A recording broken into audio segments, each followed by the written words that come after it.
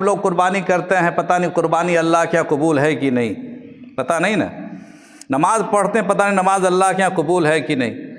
پہلے ایسا نہیں تھا، قربانی دی جاتی تھی، اگر قربانی قبول ہوئی اللہ کی جانب سے آسمان سے آگ اترتی تھی اور اس قربانی کو جلا ڈالتی تھی۔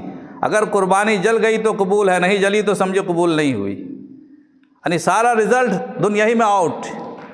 یہ تو سرکار دو عالم صلی اللہ علیہ وسلم کا صدقہ اور طفیل ہے کہ اپنی امت پر ایسا پردہ ڈال دیا ہے کہ ہزاروں گناہ اور ہزاروں معصیتیں اور ہزاروں شرارتیں کے باوجود ہمارے چہرے جیسے لگتا مسلمان ہیں، اندر وہی خنزیریت ہے۔